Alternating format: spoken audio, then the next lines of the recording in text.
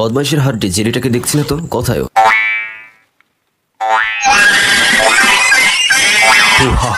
তোমাকে আর ছাড়বো না জেরি। এই ঈদে যেভাবে মানুষ গরুর গোস্ত খাবে, আমি ঠিক সেভাবে তোমাকে চাবিয়ে খাবো জেরি। দুষ্ট গরু যেভাবে মানুষের হাত থেকে পালিয়ে বাঁচে, ঠিক সেভাবে আমি তোমার হাত থেকে পালিয়ে বাঁচবো টম।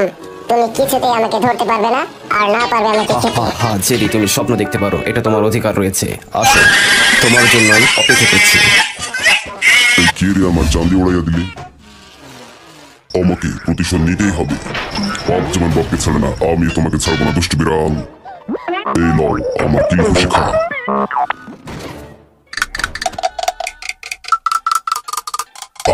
হিরো আলম যখন গান গাওয়া ছাড়লো না, বাপ তেমনি ভাবে তো আমাকেও ছাড়লো না। ও হা হা হা, কে তোমাকে বাঁচাবে আজ জেরি? আজ তোমাকে আমি খাবোই।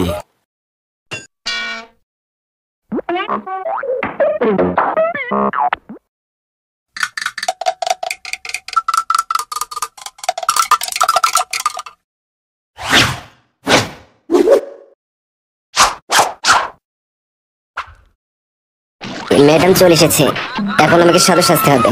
আমার কোনো দোষ নেই, আমি কিছু করিনি। আল্লাহ, ভালো শাস্তি গিয়ে আমার অবস্থা তো খারাপ হয়ে গেল। যাই হোক, প্রতিশোধ নিতেই হবে। না হি ছোড়ঙ্গে জেরি, না হি ছোড়ঙ্গে। এখানে একটি বিশেষ খেলা হচ্ছে। এই খেলায় যে জিতবে তাকে পুরস্কার দেওয়া হবে। সে রাজার মধ্যে থাকতে পারবে এবং তাকে রাজত্ব সহ গাড়ি পরিধান করা হবে।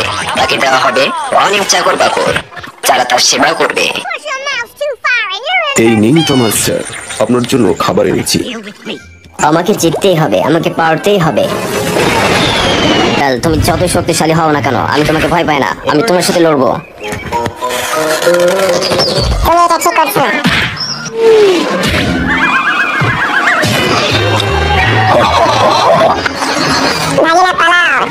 আরে দাঁড়াও, তোমাদের জন্য পনির এনেছি, খেয়ে যাও। সত্যি বলছো?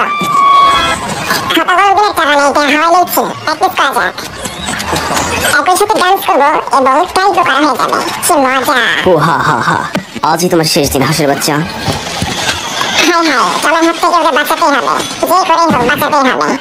ও মারে, আমার এই অবস্থার জন্য জেরি ও হাঁসের বাচ্চাটা দায়ী। আমি কাউকে ছাড়বো না, প্রতিশোধ নেবই। দুষ্ট পাজি বিল্লিটার হাত থেকে আমাদের সবাইকে বাঁচতে হবে।